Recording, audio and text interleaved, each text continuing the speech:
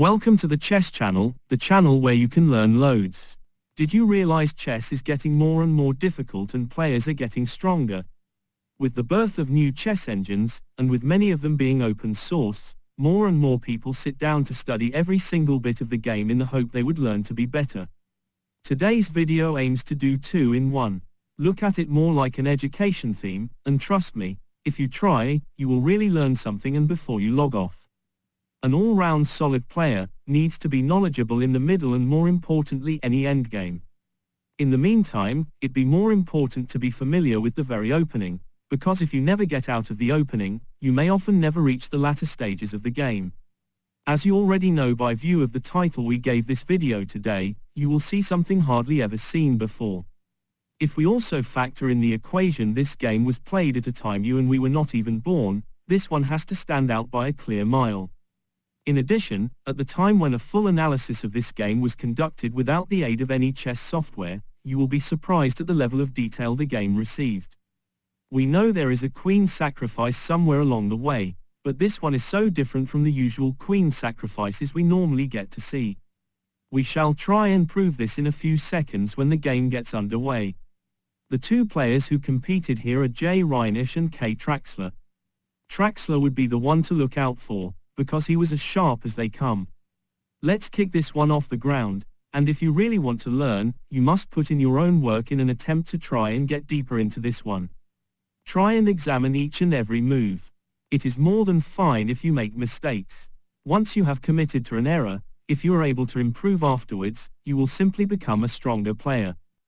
Reinisch this side got things off with e4, Traxler answered with a straight e5, and with knight f3 on the board, this is how Traxler responds. At the time, we had witnessed plenty of Spanish structures, plenty of Italian structures, and even the Scotch was highly popular. Reinisch opted for this bishop response. There is no need to even mention what type of opening this moves into and therefore we shall skip the detail. Traxler in turn initiated this knight response, and even today, this move has not lost its popularity. Is this move at all playable because what are the consequences of allowing the knight to jump into the fifth to threaten black's weakest spot? We are going to find out because this is exactly how Reinisch went about it. What we're witnessing right now is the two knights variation which normally leads to this sort of attack. When this pawn drops, after the bishop comes under fire, deliver this check, and after you block it in this way, take, and this bishop needs to flee. We have seen in some games, not many, this queen move instead, preventing the bishop from being removed.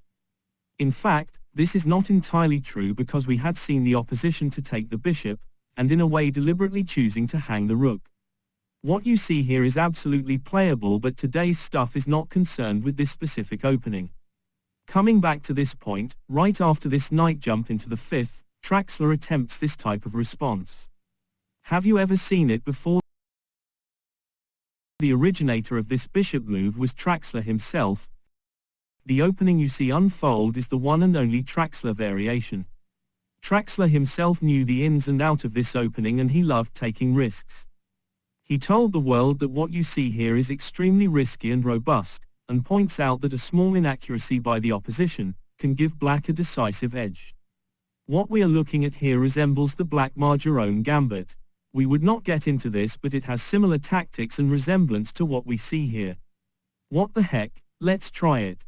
e4, e5, knight f3, knight c6, bishop c4, knight f6, knight g5, bishop c5, and the next step is to take with the bishop on f7, and this how far we are going to go with line of play.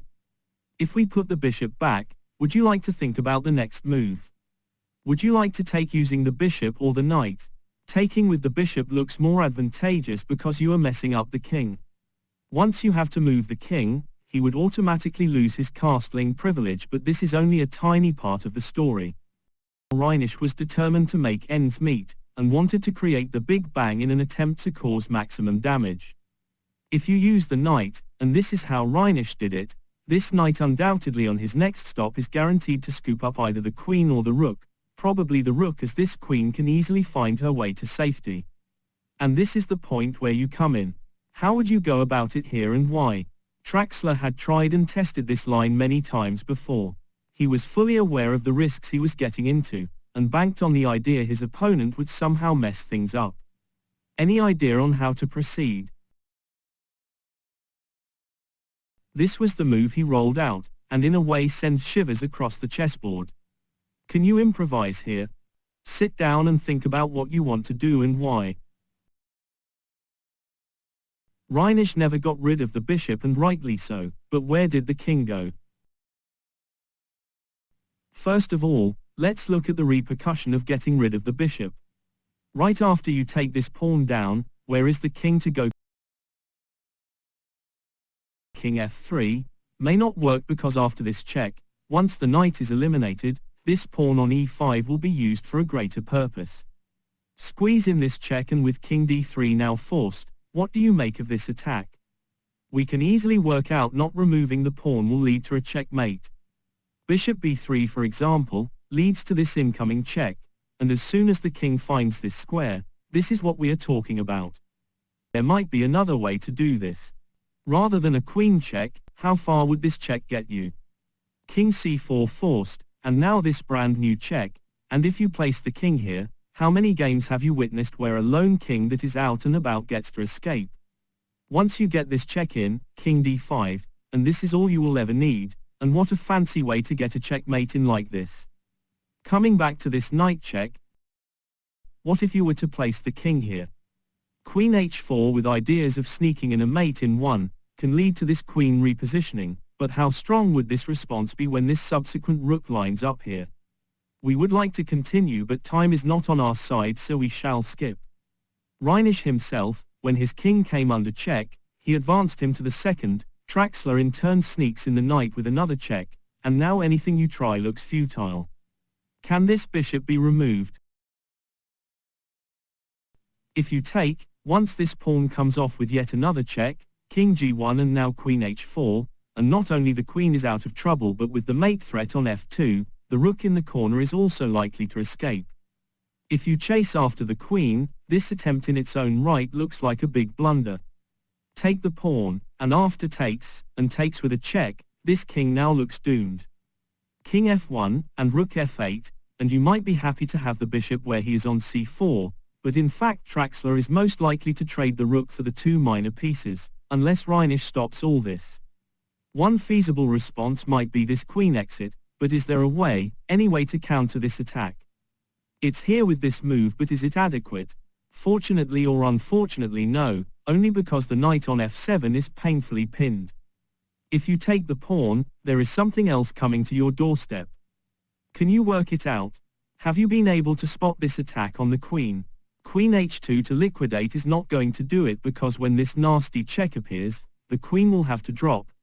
And though Reinisch would be a queen down, has Traxler got enough with the rook pair and the queen, and would Reinisch have enough resources, and to be frank, does he have pieces that can be utilized? Given his entire queen side is yet to find the starting blocks, this actually looks like game over. Returning to the game, after this knight check, Reinisch's position looks lost, but is it really? We saw what is bound to happen if this bishop drops, and maybe for this very reason, Reinisch chose a completely different journey for his king. He decided to place him here and hoped for the best. Though queen e7 has to be the top move in this position, trust Traxler to find another solution to any problems. Against all odds, this is how he moved ahead. Reinisch could not believe what he was seeing, but never rushed a move. If you take the queen, once you take the bishop with a check, grabbing hold of the pawn is going to lead to further complications. When you discover this check, king b4 looks extremely ugly. Pay attention to who has what, and at the same time, how the pieces are allocated across the chessboard. Additionally, pay attention to white's entire queenside that is yet to find their first move. Rook b8 may look dubious, but it works a treat. If you chase after this bishop, can you suggest what Traxler could do? If you found this solution, well done. With the queen now dropping as she is trapped, it would be safe to say this game is good as over. Was a player like Reinisch strong enough to calculate what we just saw? He actually was, only because of how he reacted. He first got the bishop to back off to safety, and Traxler, being the perfectionist he was, surprises everyone with his follow-up response. Would anyone like to have a crack at it? Check this out, and this is what chess is all about. It's not who has what pieces, but it's the end result that counts. So far you play fairly. Has anyone spotted Queen e7? Well, you may want to put her back and try something else which might just be way better. It was this hit right in the center of the board, and again Reinisch could not think straight and moreover, could not believe what he was witnessing. This knight on e4 really needs to go, but can you really afford to take him down right now? Can you work it out? If you take, this incoming check is going to rip you apart. If you take on e5, any ideas on how to get there? It's via this knight check. King here, the only legal response, will without a shadow of a doubt, lead to this check, and when you realize the king has nowhere to go, you will also understand what you see as a checkmate, and what a genius way to end the game. Coming back, if you bypass, and back off the king, this is again not going to do it. All you need is to fish out the next move. Can you see it? It's this brand new check. King c3 and this blast now on the queen side, and this has to be one of the most spectacular endings ever.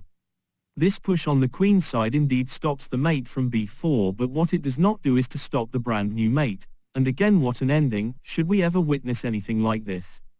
Coming back to the game, right after the knight took the pawn from e4, Reinisch wanted the knight, and before going for him, he first grabbed hold of the queen.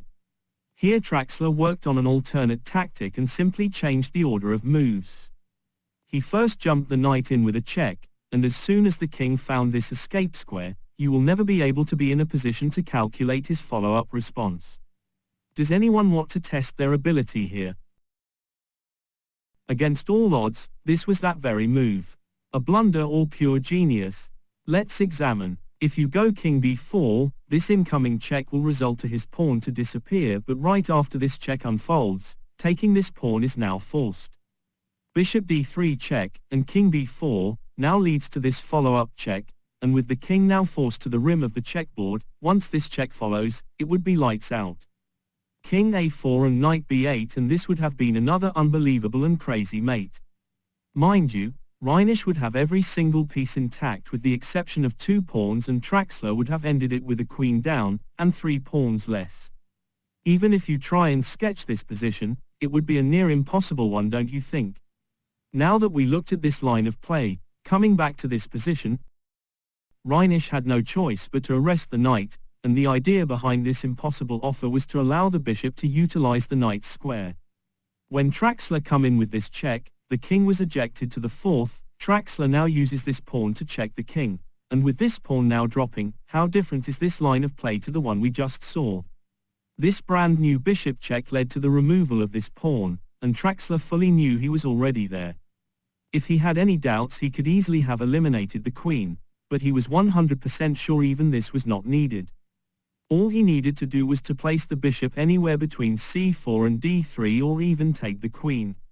This was how Traxler did his thing.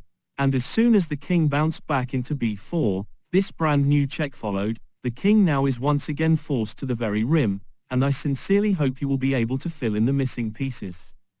Take your time, so do pause if you need extra time.